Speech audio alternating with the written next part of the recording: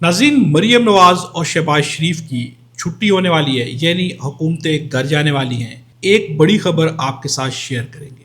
اب مریم نواز ایک جانب اعلان کرتی ہیں، ان کا کہنا ہے کہ آزاد کشمیر میں انتخابات ہونے جا رہے ہیں، میں آزاد کشمیر کے لوگوں سے ہاتھ جوڑ کر درخواست کروں گی کہ خون خرابے کا ساتھ نہ دیں، مسلم لیگ نون کو ووٹ دیں، مجھے وہاں پر حکومت بنانے میں دلچسپی نہیں ہے، میں چاہتی ہوں جو کام پنجاب میں ہوں وہی کام آزاد کشمیر میں ہوں تاکہ ان کو محرومی کا احساس نہ ہو۔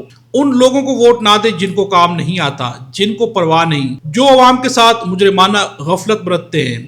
حکمران کو تو نیند نہیں آنی چاہیے رات کو۔ اب یہ کہہ رہا ہے مریم نواز کا۔ اس کے جواب میں جو پہلا بیان سامنے آتا ہے وہ ہے جابر بیگ کا بیان۔ ان کا کہنا ہے کہ کوئی نہیں، صرف نون لیگ خون بہائے گی، کیونکہ نون لیگ کے منہ کو خون لگا ہے۔ ماڈل ٹاؤن، 26 فروری، اسلام آباد، مرید کے، ٹی ایل پی، سی سی ڈی اور راولہ کوٹ آزاد کشمیر۔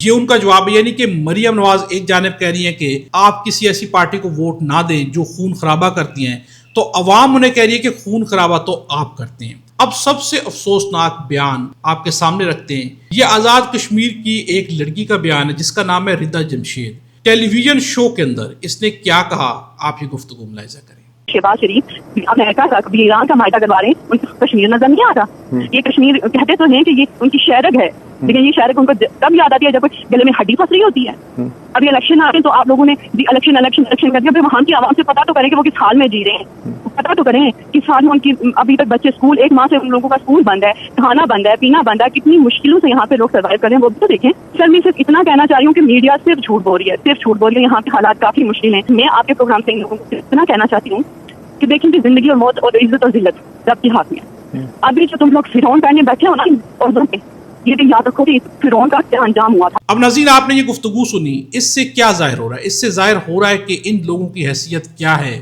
عوام انہیں کیا سمجھتی ہے۔ اب یہاں پر حامد میر کا بھی کہنا ہے کہ مسلم لیگ نون مت بھولے کہ وفاق میں حکمران ہوتے ہوئے بھی اسے گلگت بلتستان میں اکثریت نہیں ملی۔ اگر آزاد کشمیر کے الیکشن میں بھی مسلم لیگ نون کے ساتھ وہی کچھ ہوا جو گلگت بلتستان میں ہوا، تو پھر اس کے سیاسی زوال کو بریک لگانا مشکل ہوگا۔ وہ ایسا سیاسی بوجھ تو نہیں بنتی جا رہی جسے اتار پھینکنا ضروری ہو جائے گا۔ اب یہ کہنا ہے حامد میر کا کہ جو بھی ان کے ساتھ گلگت بلتستان میں اگر کشمیر میں ہو گیا تو پھر ان کو لانے والے ان کا بوجھ نہیں اٹھائیں گے، یعنی ان کی چھٹی کر کے رکھ دی جائے گی۔ اب یہی کہنا ہے اسد طور کا۔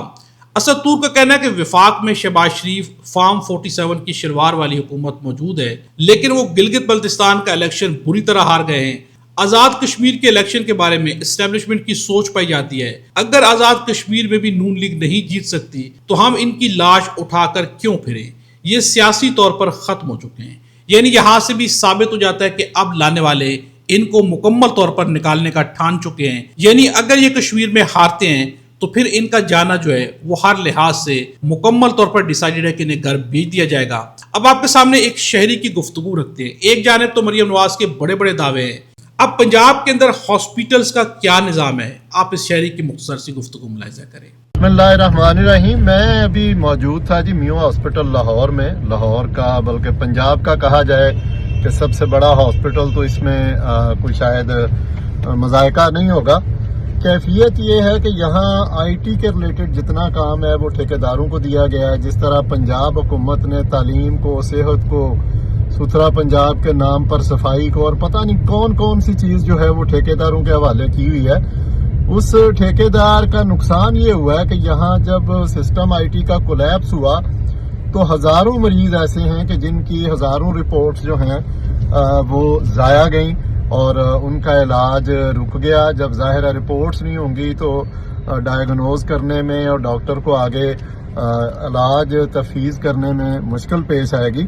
تو میں پوچھنا چاہتا ہوں وزیر اعلیٰ پنجاب محترمہ مریم نواز شریف صاحبہ سے کہ مریم نواز شریف صاحبہ، یہ نظام جو ہے یہ کس نے ٹھیک کرنا ہے اور کیسے ٹھیک ہوگا؟ ہمارے دعوے تو یہ ہیں کہ ہم کہتے ہیں جی کہ ہم نے پنجاب کی عوام کو بڑی سہولیات دی ہیں، لیکن یہاں آپ وزٹ کر کے دیکھیں، آپ اس کی تصدیق کریں، اس کو کیس سٹڈی کے طور پر چیک کیجئے۔